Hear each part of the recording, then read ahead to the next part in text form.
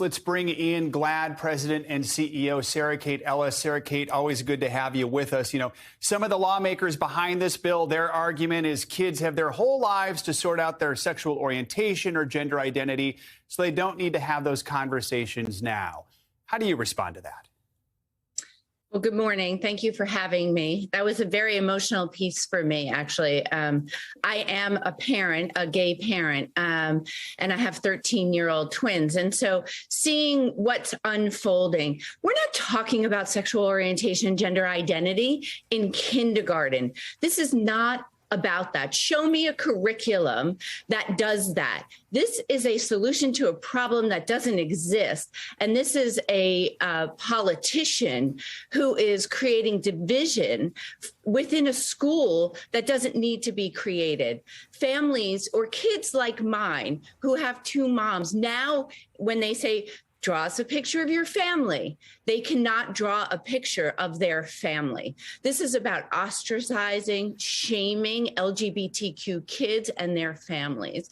And it's downright wrong. And what it's going to lead to, and already is for families and LGBTQ families, and LGBTQ kids to feel shamed less than. And what we see direct relation is more suicidal ideation. It's just, this is a problem that doesn't exist.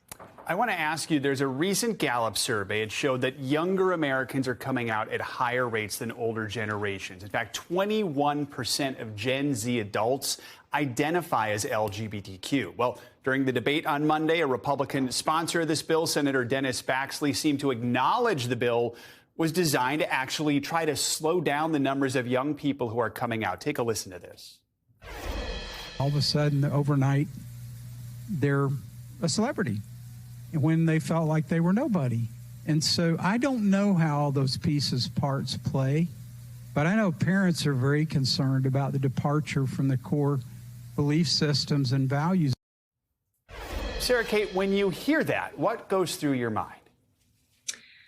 I'd like you to point out one gay person or trans person or gender non-binary person that feels like a celebrity. It is a political statement, just being alive and stating who you are. It is very hard to navigate as LGBTQ in this world.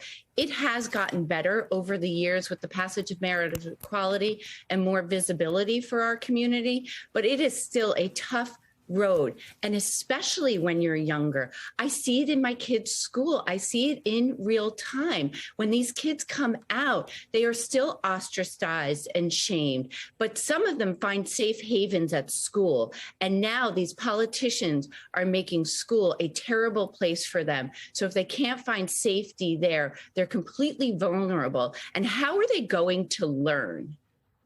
The free speech organization PEN America says at least 15 bills looking to restrict or penalize conversations about gender and sexual orientation are being considered right now in 9 states. What do you think is behind this movement? We know President Biden has condemned this type of legislation. Is there anything at the federal level that could be done to try and stop some of these bills? This is a concerted effort, and it's very coordinated because the bills actually all have the same language. And these are people who couldn't fight against marriage equality. It's the same groups that said that, you know, if LGBTQ people were afforded the right to marry, the whole society would come undone. And guess what? The sun rose the next day and everything's fine. There's over or nearly 200 anti-LGBTQ bills across the country right now. There is an Equality Act that is sitting in the Senate that has passed the House that would help with eradicating a lot of these anti-LGBTQ sentiments. Now, when you look at all of these bills, I just want to look at it as a body.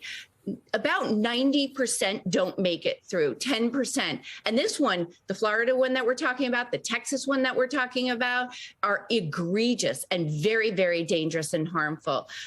The problem happens when these bills are actually proposed because they're politicizing people's identity and orientation. And we're just people. We just want to live our lives and we don't want to be politicized. Now we're being politicized on the playgrounds and in the classrooms.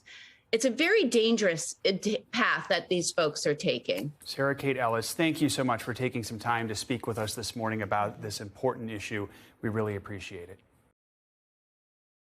Thanks for watching our YouTube channel. Follow today's top stories and breaking news by downloading the NBC News app.